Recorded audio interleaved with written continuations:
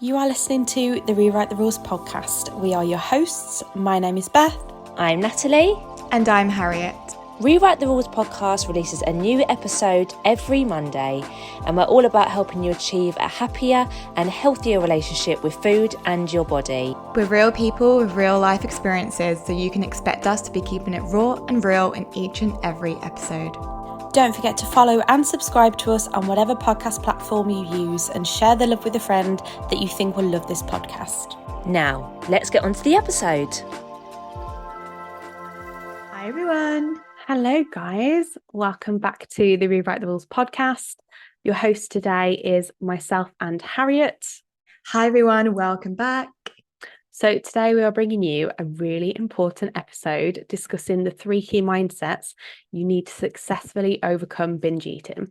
Yes, this is such an important subject, and we have really thought hard about how to make this episode both informative but also helpful. So straight after you've listened to this episode, you can really work on this and work on being self-aware about your mindset that you have now, and then also work on adopting the mindsets that we are discussing today.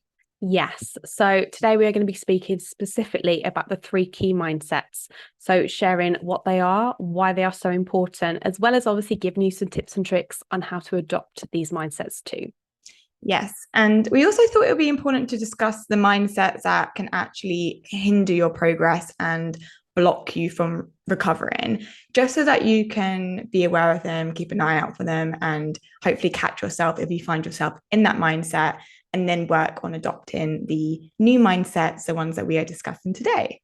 Absolutely. Self-awareness is obviously key. So this is definitely an episode that you need to grab your notebook and pen for.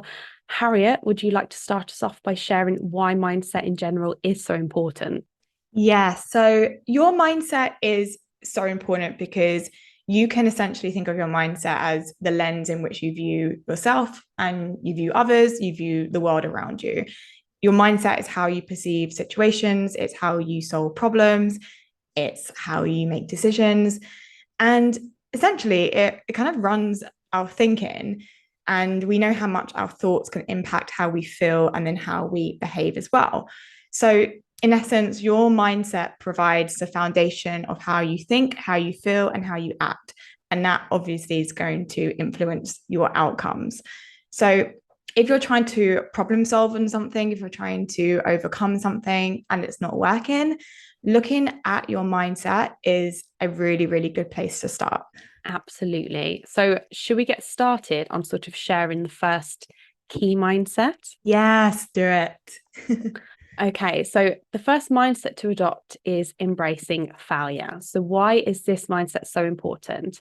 Here's the truth that you probably don't want to hear, but you need to hear. Failure is inevitable. Wobbles, slip-ups, whatever you want to call them, they are completely inevitable.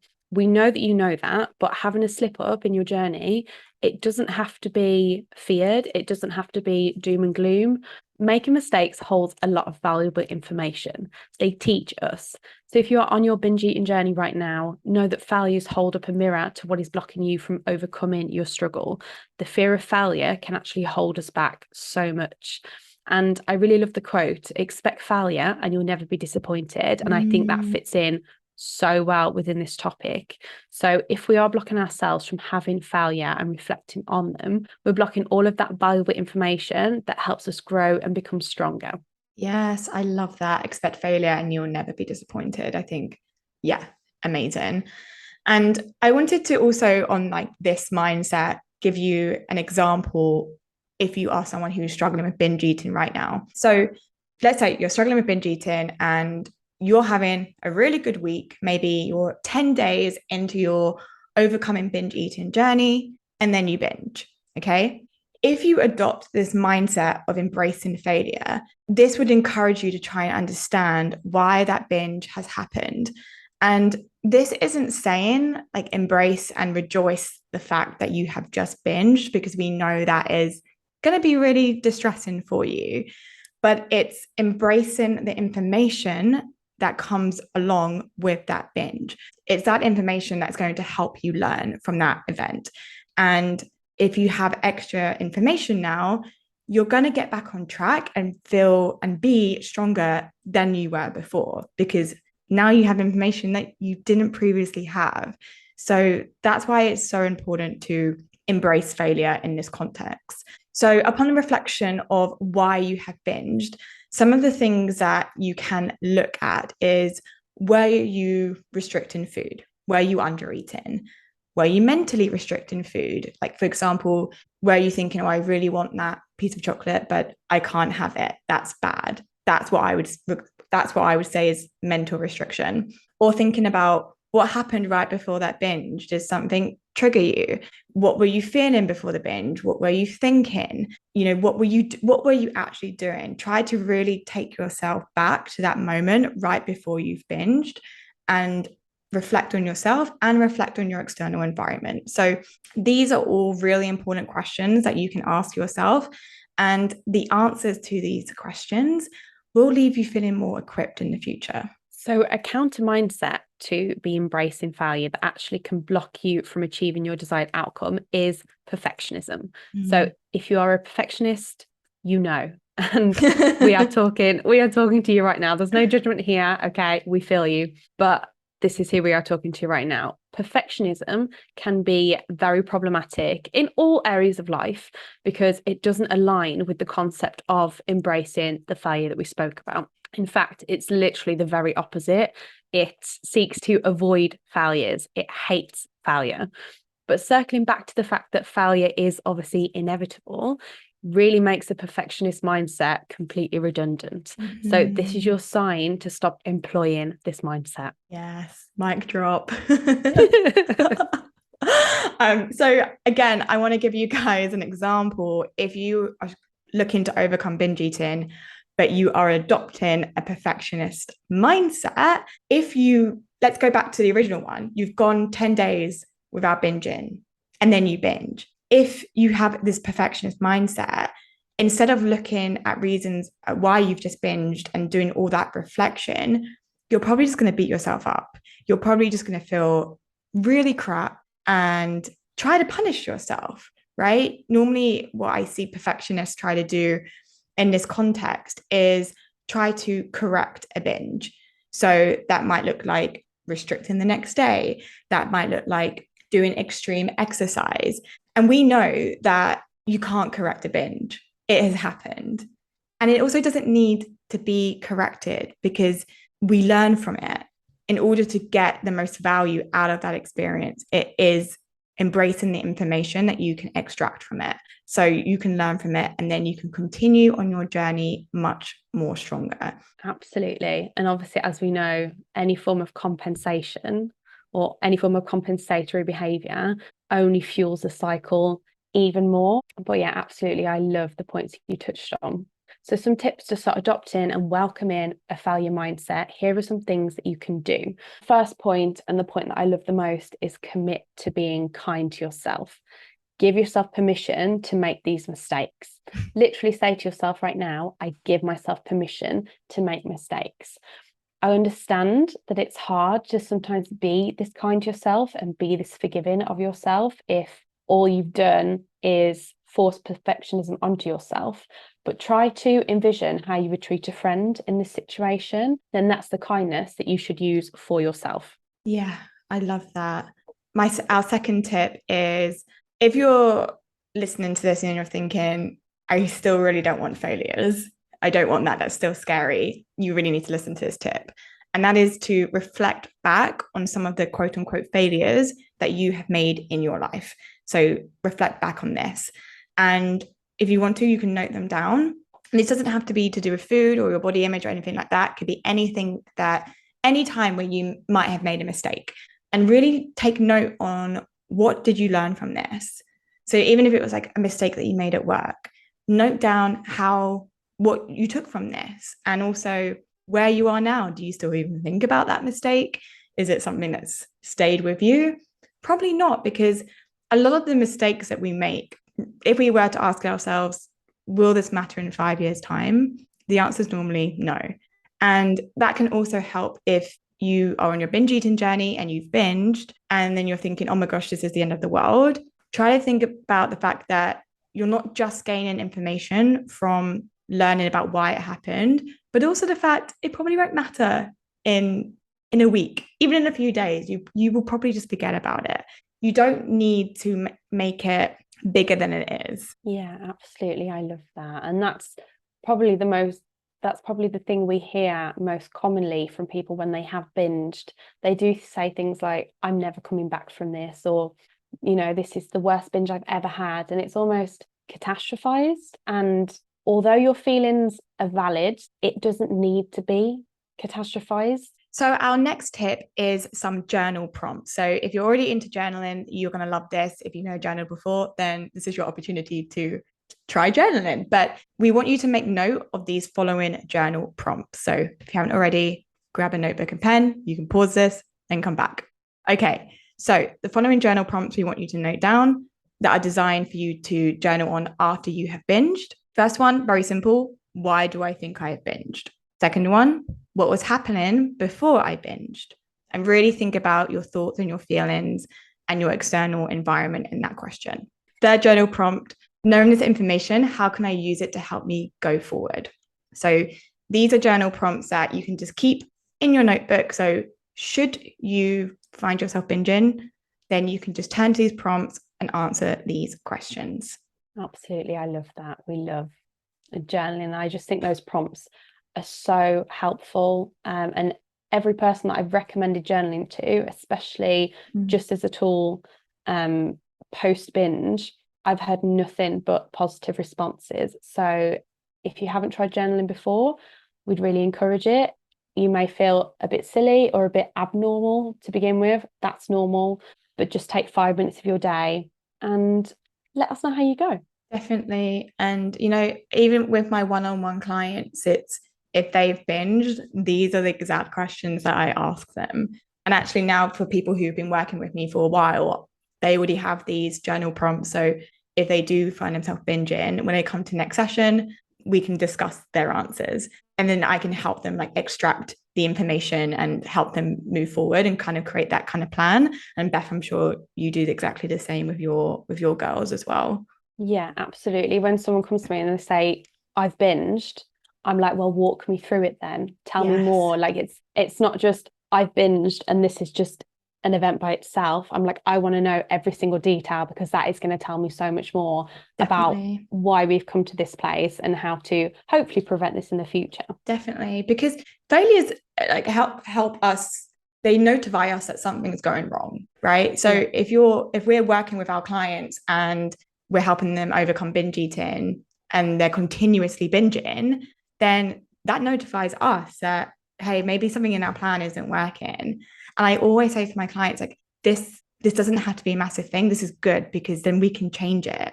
We can amend the treatment plan. We can amend the plan of action. And that's okay. That's good, because that means we're getting closer and closer to what will work. So I'll end that mindset with that. I love that. Okay, so the second key mindset that we want to talk about is mindset flexibility. So your ability to be flexible is essentially your ability to adapt to change quickly and efficiently. And this is why this mindset is so important. And flexibility in general teaches your brain that change is possible. Absolutely. And I definitely feel like for me personally, flexibility was one of the most important sort of mindset shifts. So obviously part of overcoming binge eating is learning to navigate your environment again. It's learning to feel safe around foods, safe around situations that you could possibly normally find triggering. Life itself is full of unforeseen circumstances. We can't plan every second, even though we might try to.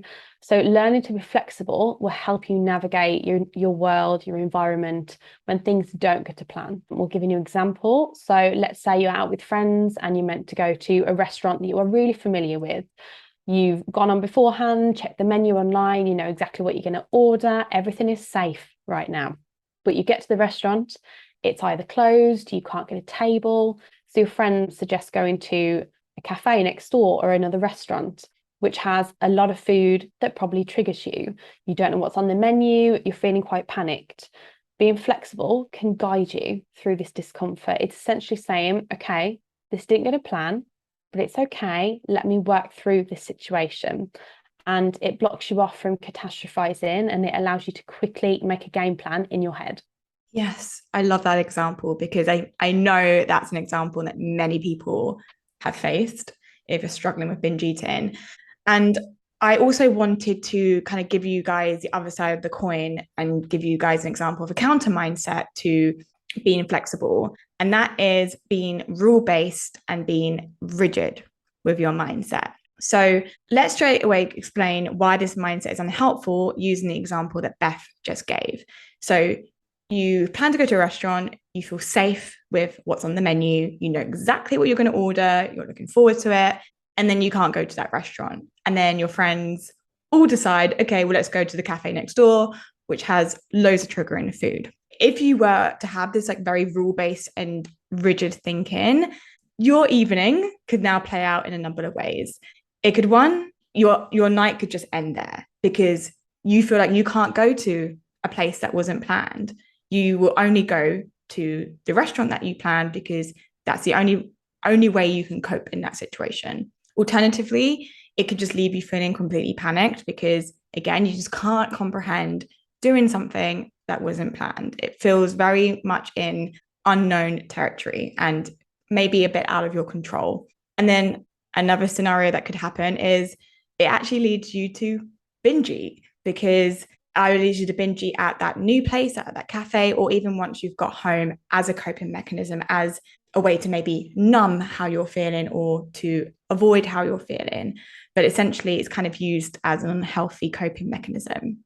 So what we're essentially trying to say is that when you are rigid with your mindset, it just doesn't marry up nicely in a world where things do go wrong and they don't always go to plan. It's kind of similar to perfectionism. It doesn't help to be a perfectionist in a world where perfectionism doesn't really exist. So if you're trying to plan every little second of your life, it's kind of redundant because you can't. None of us are fully in control. So it's just very unhelpful and it can just lead you to a lot of unhappy circumstances. Yeah, absolutely. And boy, can we relate to that. But Yeah. obviously, in terms of how you can be more flexible, a few things that you might want to try. And my favorite tip, and the one that I used to utilize so much myself, is change up your routine. Try something to do every day that's a little bit different to what you would normally do. This mindset flexibility exercise, which I give to my clients, is really effective. And this is something that I used to use personally, whether it be before a binge, I used to do my food shop at a certain time, delaying that food shop or doing it online instead of going there in person is a way of changing up your routine. That's all it boils down to. But yeah, changing up your routine can be so key. It doesn't have to be massive things like that. It can just be small things every day that you try to build your confidence. Yeah, exactly. The whole point of that kind of exercise is that you prove to yourself that you can do something different and it's all okay. You've coped. And then that helps you detach from all of these rules that you may have set for yourself. So I absolutely love that one. And a second tip in terms of helping you become more flexible with your mindset is to switch up your language. So notice if you're using a lot of shoulds and musts in your day-to-day talk. I must do this. I should do this. I must not do that. I should not do that. Because this type of language, shoulds and musts, is very rigid. It almost like gives you like a very small window to work in. And actually, when you question that statement that has a should or must in, it's normally not even like 100% true. Must we do anything? Should we do anything? It's just very, very rigid, and it can actually induce like a lot of stress just from saying those words, because your brain recognizes those words as, I can't move outside of them. There's not enough room. So trying to switch up your language to something that's a bit more flexible. I would like to do that. I would like that not to happen. But if it does, it will be okay. I will cope with it. I will cross that bridge if I get to it. Absolutely. And just going on from that, trusting your ability to cope. A lot of times we get stuck in rule-based thinking because we think those rules will protect us. We put our trust and our ability to cope in the hands of those external situations. And this does nothing to serve our self-esteem and sense of worth. And I completely understand when you have these rules in your head and you think it feels like life or death, whether you think that you can't eat before a certain time or you can't eat after a certain time. I understand how important those rules feel right now, and your feelings are valid. However, like you said, Harriet, they are so restrictive, whether that be to you personally, your social life. So just trying to be like, you know what, instead of being like, I shouldn't eat after 6 o'clock, you could be like, well, I could eat at 7 o'clock. Like, it's adjusting things slowly will have like the biggest impact, because you will be able to cope in that situation. And it's only until you actually do it, you realize actually nothing bad has happened. It's completely fine. Yeah, absolutely. Like, our brain tells us that we can't cope with something to literally stop us from doing that thing. It's a safety mechanism, but our brain just takes it too far sometimes, you know. And I like that you used the example of meal times, because honestly, eating at 7 o'clock as opposed to 6 o'clock, it really isn't going to make much of a difference, guys. And you're going to be exhausting yourself by worrying about those very small things. I know it feels big in your head. Again, like what Beth said, that your feelings are valid, but it doesn't make those thoughts true. And sometimes we have to challenge our feelings and our thoughts, obviously with compassion, but we have to question them, because otherwise we're just going to live a very restricted life, and live that life in fear as well, which isn't fun. Yeah, absolutely. And just a thing that I've remembered that a client said to me once was, it was coming up to lunchtime and they were like, I'm super hungry, but it's 11:45 and it isn't 12 o'clock, so I can't have my lunch yet. And I obviously I had to rationalize her thinking and be like, look, there's no difference in 15 minutes. It's just she was struggling to give herself permission to actually eat earlier, because she'd set these rules without even realizing it. She'd set these rules of when she could have breakfast, when she could have lunch, and when she could have dinner time. So that's like a little example of how 15 minutes doesn't make any sort of difference, but it can feel like it makes a difference sometimes. So having someone there to actually be that rational thinking and give you that rational opinion is sometimes really helpful. 100%. Yeah, 100%.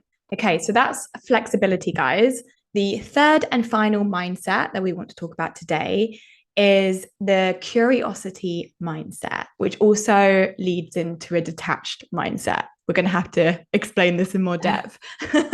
But curiosity is such an amazing mindset because it helps us take a step back and look at ourselves and our situation from a more detached perspective. So instead of blaming ourselves, shaming ourselves, judging ourselves or our environment or even other people, we can get curious instead. And what do we do when we get curious? We ask questions. And we know from the first mindset that we spoke about, when we ask questions, we get answers. And when we get answers, we get information. Absolutely. So an example of this, obviously, we have both experienced binges on our journey, but what we see a lot with our clients is they start to blame themselves. They start judging themselves incredibly harshly, almost like they've been swallowed up by this storm of self-criticism. If you learn to get curious, you can gather helpful information about why you've binged in the first place. But also, it puts you in a good place to start practicing self-compassion. And we love self-compassion. To give you a bit more perspective on this, think about how you would react if your best friend binged. You would probably be a lot more detached from the situation, therefore able to speak to your friend in a more rational way. You would probably ask questions. You'd probably give reassurance. You'd probably be really, really kind. At least I really hope you would. But this is because you are seeing things from a clear perspective, but also a compassionate perspective.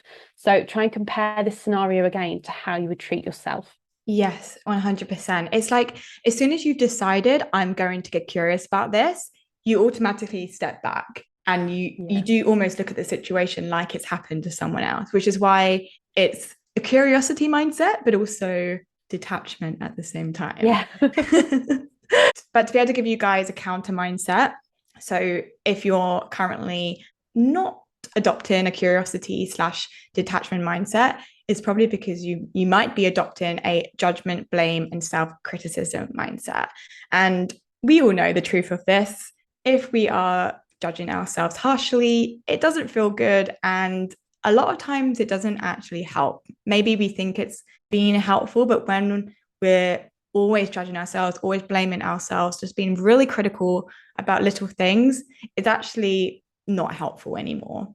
So again, to give you guys an example of binge eating. So if you've just binged and then you're harshly judging yourself, you're missing out on making sense on why you have just binged. And you're also at the same time, you're chipping away at your self-esteem. If you're spending all this time nitpicking yourself, you're not asking the right questions. So you're not learning from why you've just binged. You're just being mean to yourself, and it doesn't feel good and it doesn't help. I really want to stress that point. It doesn't help and it doesn't feel good. So why are we doing this?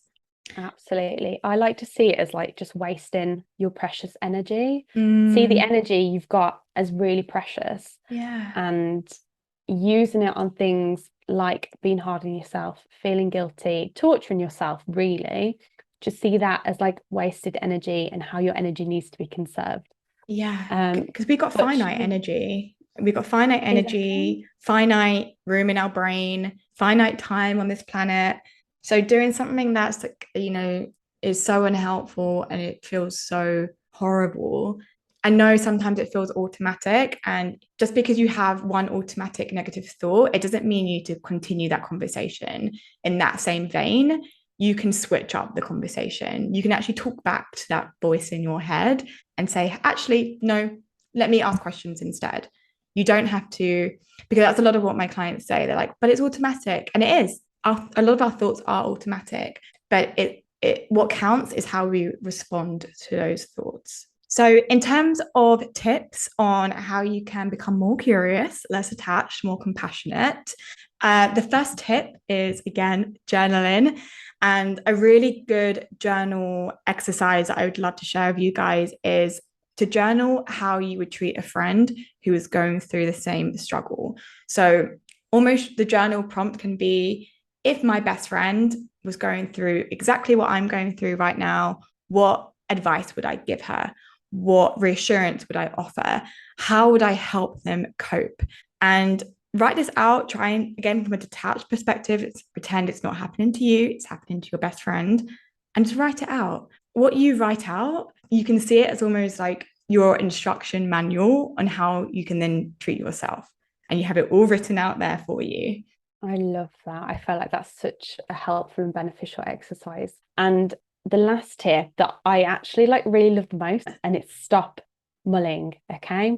This is a hard truth, but sometimes you need a more abrupt approach. Stop wallowing in your guilt, your negative emotions. Once you've asked the questions, you've done all your journal exercises, you feel ready to get back into your recovery, brush it off and just keep going. Yeah. Because like we said, don't catastrophize more than you need to.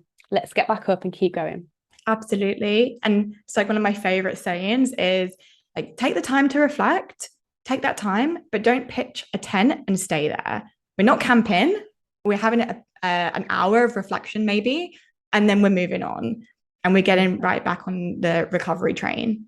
And it doesn't matter how many times you feel like you fall or how many times you wobble. It's all about how many times you get back up. So yeah, no camping, guys. I love that so much. That is such an amazing perspective. Yeah, it's one of my favorite things to say. But we need that as a snippet. That's timestamp this. Timestamp this. So guys, those were our 3 key mindsets. So just to remind you of what they were, we had embracing failure, we have flexibility, and then lastly, we have curiosity / detachment. So we really hope that you found this episode helpful.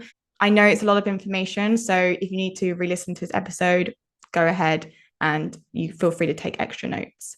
Please do let us know if you want us to talk about anything in more detail or if you have any questions, because again, we appreciate that this is a lot of information. And the best way for you guys to do that is head to our Instagram, and that is at Rewrite the Rules Pod. And you can just DM us. Yes, absolutely. And obviously feel free to ask us what you want us to do an episode on. We are always taking episode submissions, and it makes us so happy when we get these sorts of requests as well. I know, exactly, because we want to do our episodes based on what you guys want and need. So definitely feel free to DM us. And also, if you like this episode, if you like our podcast in general, we would absolutely love it if you guys could give us a 5-star review on Apple Pods, as it really helps us get more listeners, because it means that Apple Podcasts just spreads our podcast further. So we would really, really appreciate it if you could do that. And on that same token, if you have a friend or anyone who you feel will benefit from this episode or our podcast in general, please do not hesitate in pressing that share button and linking them. Absolutely. We would really appreciate it. But thank you so much for listening and taking the time to listen to this episode. We will see you next week with a brand new episode, which is really exciting, as we may or may not have a guest speaker on. You will have to wait and see. But thank you so much for listening, and we will see you later, guys. Yes, thank you so much. See you later. Bye. Bye.